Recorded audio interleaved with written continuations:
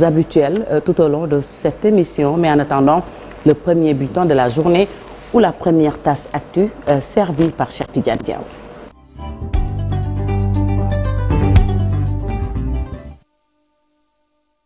Alors, ce bulletin que nous démarrons avec l'immigration irrégulière, une pirogue chavire au large des côtes saint-louisiennes. Voilà, une pirogue avec à son bord plusieurs dizaines de migrants clandestins. Fatih a chaviré au large des côtes saint-louisiennes, comme vous l'avez dit, 2 morts et plusieurs blessés. La marine nationale a aussi interpellé une autre pirogue qui transportait 202 migrants. Les détails dans cette correspondance signée Ousseynou Diop. Dans les rues de Saint-Louis, les ambulances font des va-et-vient pour transporter les blessés.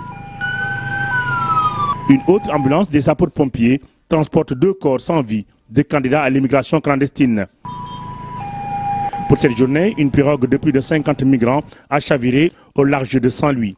Le bilan est très lourd, 2 personnes ont perdu la vie. Les sapeurs-pompiers ont également transporté à l'hôpital régional de Saint-Louis 31 blessés. Selon nos informations, la pirogue a quitté Bassoul à Joal il y a quelques jours. Pour cette journée, toujours, la Marine nationale a intercepté une pirogue qui transportait 200 migrants clandestins. Dans cette pirogue, on peut noter la présence de 10 femmes, dont un bébé de moins de 2 ans et d'un enfant de 10 ans. Puis retenez que plus de 50 personnes sont également portées disparues dans le chavirement d'une pirogue dans l'île d'El Hierro. Il s'agit d'une embarcation qui avait quitté Bourg, chargée donc de candidats à l'immigration clandestine et qui voguait en direction de l'Espagne. Cette perte donc de 52 jeunes a plongé dans une profonde tristesse le délégué de quartier de la zone résidentielle de Mbour, lui qui a perdu son petit-fils de 15 ans, Sorna Fatih. Et puis, changement à la tête des directions nationales, de nouvelles nominations sont tombées hier en Conseil des ministres. C'est le cas de M. Babacar Ning qui a été nommé directeur général du Fonds souverain d'investissement stratégique FONSIS. Il remplace à ce poste Abdoulaye Diouf Sarr. M. Daïro Thiam, ingénieur en informatique et télécommunications, est nommé directeur général de l'autorité de régulation des télécommunications et des postes. Il remplace à ce poste donc Abdou Karim Sall. M. Hassan Mbeng, lui, est nommé directeur général de la société Dakar Demdik en remplacement de M. Ousmane Silla. M. Ndene Mbok, lui, a été nommé directeur général du Centre des œuvres universitaires de Dakar, le COUD, en remplacement de M. Maguette Sen. M. Ngagne Demba Touré, lui, a été nommé directeur général de la Société des mines du Sénégal, en remplacement de M. Ousmane Sissé. Mme Aminata Sarr, elle, directrice générale, donc la nouvelle directrice générale de la Société anonyme Télédiffusion du Sénégal. Elle remplace à ce poste Mme Nafissatou Diouf, Mme Ndeye Rokhaya Thiam. Elle a été nommée à la tête de la direction générale du Conseil sénégalais des chargeurs. Elle remplace à ce poste M. Abdoulaye Diop. M. Abdoul Nian, lui a été nommé directeur général de la Société nationale des eaux du Sénégal, SONES. Il remplace à ce poste M. Charles Fall. M. Mamadou Habib Diop, nommé directeur général de la Société africaine de raffinage, SAR. Il remplace à ce poste donc Mme Mariam Ndoye de Crène. Et puis pour terminer, Fatih, M. Ibrahim Ba, ingénieur électromécanicien, nommé directeur général de la Société nationale des chemins de fer du Sénégal. Il remplace à ce poste M. El Hadji Malik Ndoye. Nous allons à présent à Ziguinchor pour parler de litige foncier à Baraf et Boucotte-Mancagne. Un litige qui refait surface après quelques années d'accalmie. Les populations de ces 2 localités s'estiment être victimes d'une expropriation foncière et dénoncent la réouverture donc du dossier en vue de nouvelles attributions.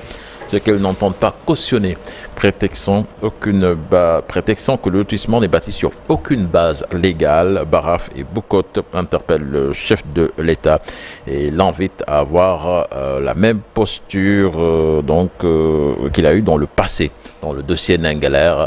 Les explications de notre correspondant Lamine Ba.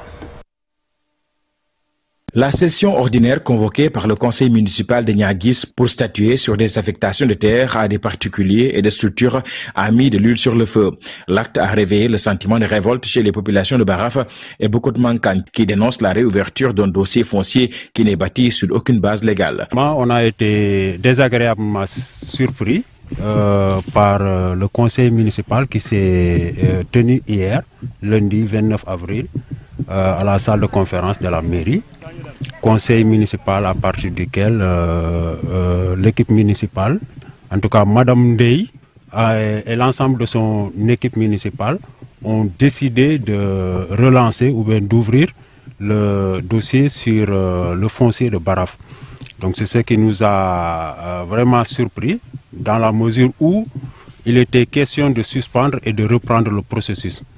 Donc il semblerait qu'hier ils ont réouvert le registre pour permettre aux gens, en tout cas aux acquéreurs de ces parcelles, de venir payer leurs frais de bornage. Et c'est ce que nous ne pouvons pas comprendre. C'est inconcevable que cela se fasse, d'autant plus que rien n'a encore été réglé par rapport à ce dossier. Les populations des deux localités de la commune de Niaguis mettent en garde contre tous ceux qui cherchent à acquérir des titres fonciers sur le domaine objet de la controverse. Nous disons aux gens que quiconque aurait acquis une parcelle ici illégalement, qu'il ne s'aventure pas à venir construire. Parce que quiconque s'aventurera à construire, à poser une brique ou bien à amener un camion pour je ne sais quoi d'autre, il va nous trouver ici et on va en découdre avec lui. Donc depuis lors, nous avons toujours été légalistes et ils sont en train de jouer à un jeu auquel on peut s'adapter rapidement. Donc ce jeu de je m'en foutisme, nous pouvons le faire et nous dirons à quiconque qui s'aventurera à venir ici qu'il vient ici à ses risques et périls. Baraf et Boucot Mankagne invite aussi le président de la République à se saisir de ce dossier en ayant la même posture qu'il a eue dans le dossier de Ndingler. Nous appelons le ministre, M. Bala Moussa Fofana, et éventuellement, au-delà de cet appel du ministre, appeler le président de la République parce qu'on a vu sa posture d'antan lors du dossier de Ndingler. Donc malheureusement, le problème de Baraf était antérieur à celui de Ndingler. On se rappelle qu'à l'époque, toutes les autorités étatiques s'étaient déplacées à Ndingler pour régler ce problème. Voilà que malheureusement ici, nous sommes à la limite expulsés de nos terres et illégalement, d'autant plus que ce lotissement n'a jamais été autorisé. Nous avons joint la présidente de la commission domaniale de la mairie de Niaguis pour avoir la version de l'institution. La concernée nous a promis qu'une version de l'équipe municipale sera bientôt servie aux journalistes. Et pour terminer, retenez que le président de la République, Bassirou Diomaye Faye, assistera à la prière du vendredi à la grande mosquée de Médina Gounass, après avoir prié donc à la mosquée omarienne la semaine dernière. Ensuite, il se rendra à la retraite spirituelle du Dakar pour rencontrer le Khalif Thierno Amadou Tidiane Ba.